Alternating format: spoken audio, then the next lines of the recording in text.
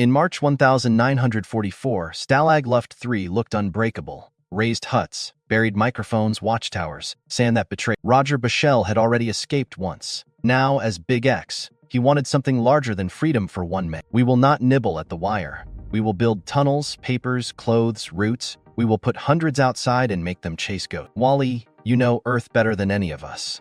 Tell me where the Germans will not hear us breathe.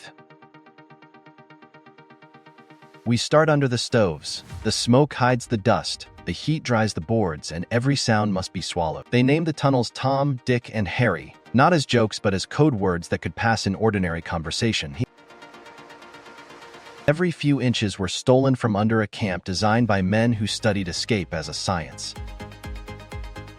The escape was not one tunnel. It was a factory, tailors, map makers, forgers, guards, couriers. If a guard asks me one question too many, this paper must answer before my accent does.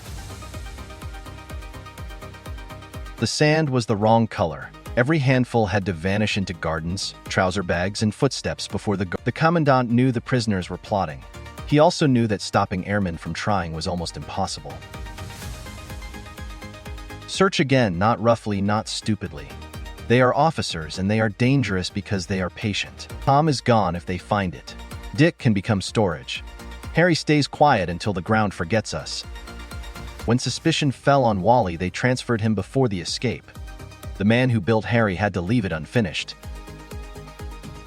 They can move one man, they cannot move the idea. We finish it for him, and for every man still behind the... By late March, the moonless weather they needed finally came. Snow, fog, and a hard wind would cover movement beyond the fence. Bernard, if we separate, keep moving west. Do not be brave at a checkpoint. Be boring, tired, and certain. I am terrified, Roger, but I would rather be terrified on a road than safe in a cage. I am not escaping as a pilot tonight. I am a worker with bad coffee, a cold platform, and a compass that small can mean Norway, Sweden, home. Or it can mean nothing if my hands shake at the wrong moment. On the night of 24 March, the count ended. The guards saw rows of prisoners. They did not see the line forming underground. Harry opened beneath a stove. One by one, men slid into a shaft no wider than a coffin standing on end. Air was pumped by hand. Rails were made from bedboards. The tunnel ran more than 300 feet under the wire.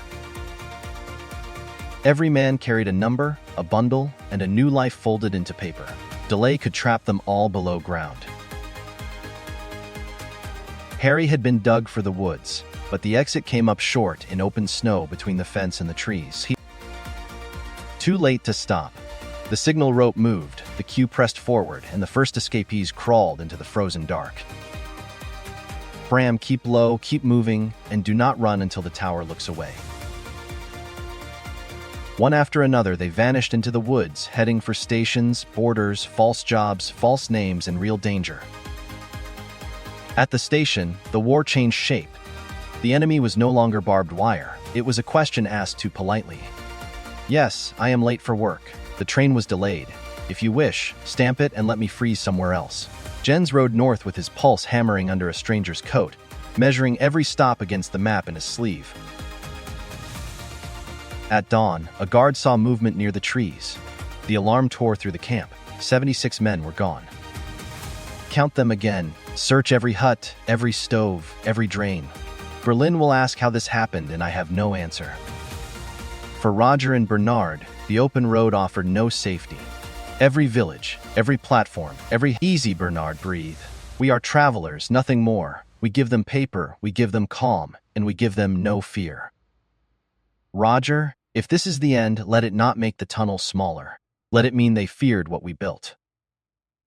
Bram kept changing names, trains, and faces until the line on the map became a road under his wheels. For Jens, the final checkpoint opened into Sweden.